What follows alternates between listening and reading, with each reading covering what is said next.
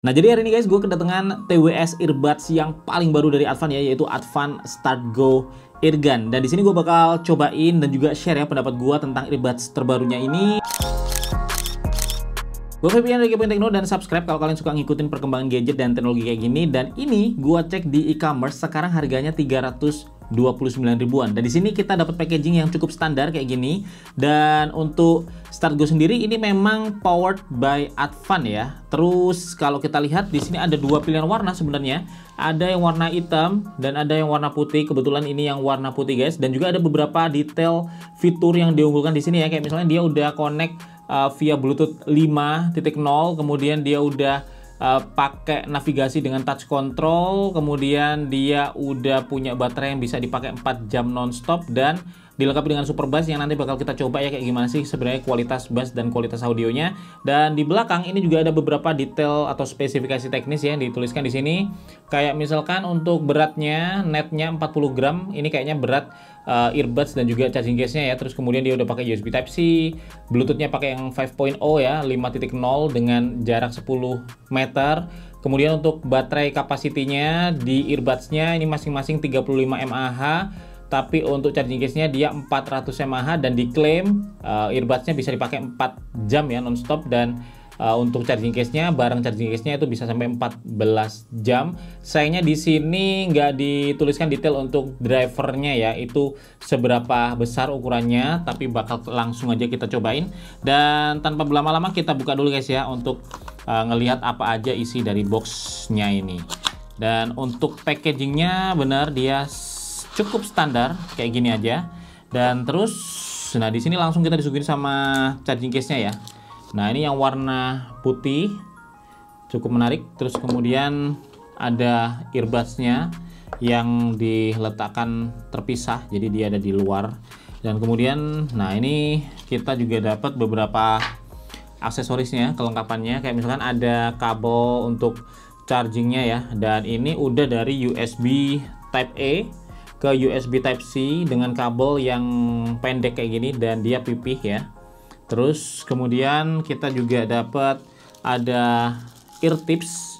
Jadi ear tips ini memang apa ya, kayak udah jadi common ya disertakan di sebuah TWS, karena memang untuk fit di telinga masing-masing orang. Jadi di sini ada dua pasang ekstra ya, ada yang S, ada yang L, sedangkan yang dipasang di sini M.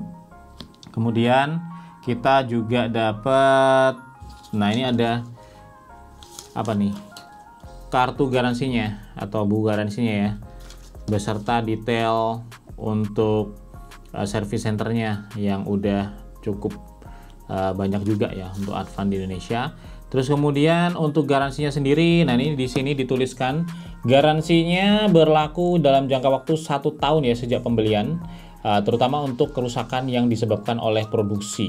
Lumayan. Terus kemudian kita juga dapat ini panduan pengguna ya.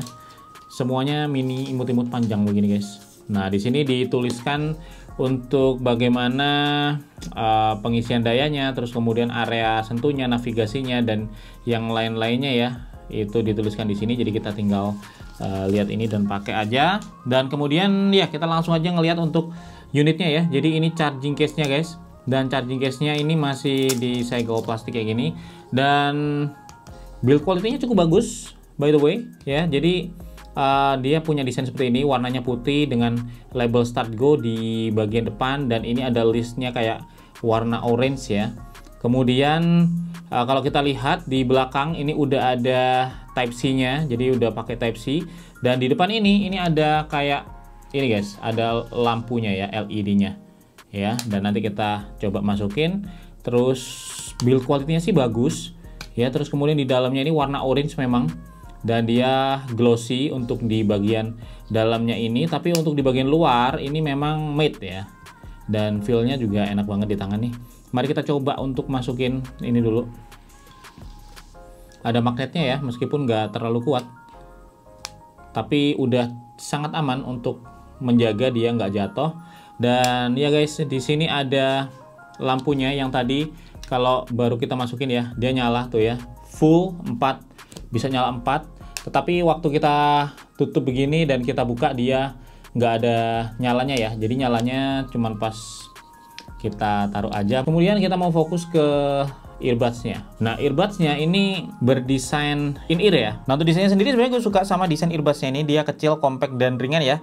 Dan untuk finishingnya di luar ini dia matte dan di dalam ini dia glossy. Tetapi untuk detailnya memang dia kurang begitu halus guys. Kalau kita lihat di sini ya, diperhatikan agak dekat dan agak detail, itu ada garis-garis kayak bekas cetakan plastiknya masih kelihatan di sini. Seandainya nih hilang ya, dialusin lagi, itu bakal lebih keren lagi. Tapi overall udah cukup oke lah ya kalau kita lihat, karena dari jauh nggak kelihatan, cuman kelihatan kalau dari dekat atau diraba gini aja kayak sedikit ada garis-garis bekas cetakan plastiknya. Tapi it's okay. Nah, kita bakal konekin ya ke Google Pixel ini guys, dan kita coba untuk nyalain Bluetooth-nya. Ini udah nyala. Di sini sebenarnya ada ininya ya, namanya TWS 3. Mungkin ini, jadi kita coba konekin aja. Oh ya, dia connect guys. Jadi namanya TWS 3. Cobalah kita buat denger musik ya. Dan untuk suaranya ya, setelah gua coba, itu dia punya bass yang memang kuat guys ya. Jadi untuk di low-nya atau di bass-nya ini ngebum di telinga, meskipun ekor bass-nya karakternya agak keras dan kering, tetapi udah enak banget ya kalau misalnya kita pakai buat dengerin musik-musik yang ngebass, atau juga buat kalian pencinta bass. Dan gak salah juga kalau diklaim tadi di box-nya ya, itu pakai super bass, memang bass-nya di sini lebih dominan. Dan untuk mid atau vokal dia udah terdengar jernih, enak juga suaranya. Kalau untuk detail instrumennya dan juga high-nya ini cukup baik ya. Jadi untuk detail instrumennya juga terdengar jelas dan cukup jernih juga. Nah, sound stagingnya ini yang nggak terlalu luas ya. Jadi dia cenderung narrow.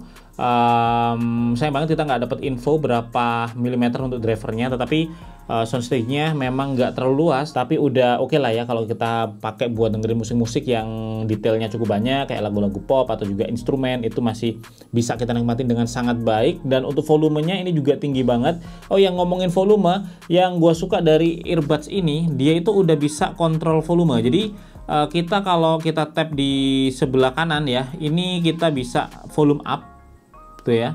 Dan kalau kita tap sekali di sebelah kiri, dia bisa volume down. Jadi nggak semua earbuds atau TWS itu support untuk mengubah volume, dan ini jadi nilai plus ya dari TWS ini, karena kita bisa naikin dan nurunin volume dengan mudah melalui touch.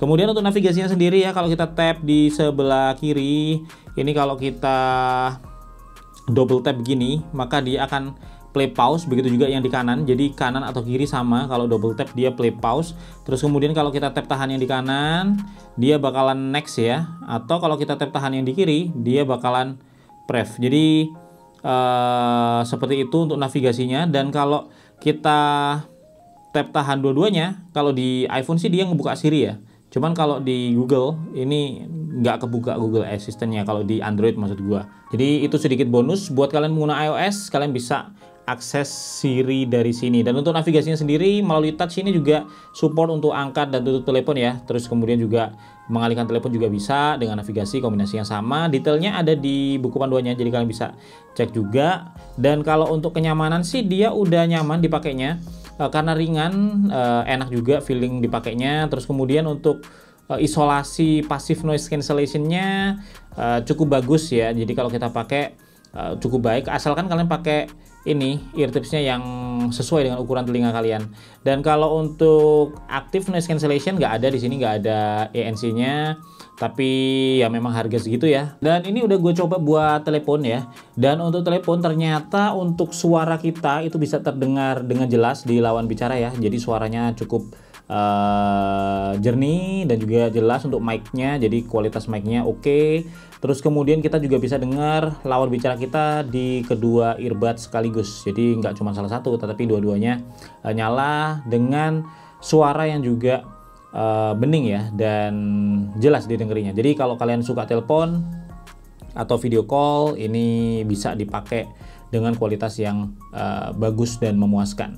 Nah, sekarang kita mau coba buat game ya, dan juga buat keperluan lain untuk melihat delaynya, baik itu streaming atau main game. Langsung aja kita coba. Dan by the way di earbuds ini nggak ada game mode-nya ya, jadi modenya itu standar aja, nggak ada mode game yang biasanya kadang di beberapa earbuds ada ya untuk mengurangi latensinya. Oke, dan setelah gua pakai buat main game, untuk gaming sendiri dia memang ada sedikit delay ya. Jadi ada nggak terlalu besar sebenarnya, tetapi memang noticeable untuk delaynya waktu kita main buat nembak ya, misalkan itu ada sedikit delay yang terasa. Tapi kalau buat kayak YouTube atau buat Netflix itu dia masih enak guys. Jadi untuk YouTube sendiri itu masih cukup sinkron, jadi antara video yang kita tonton ya dan juga audio yang kita dengar itu masih selaras.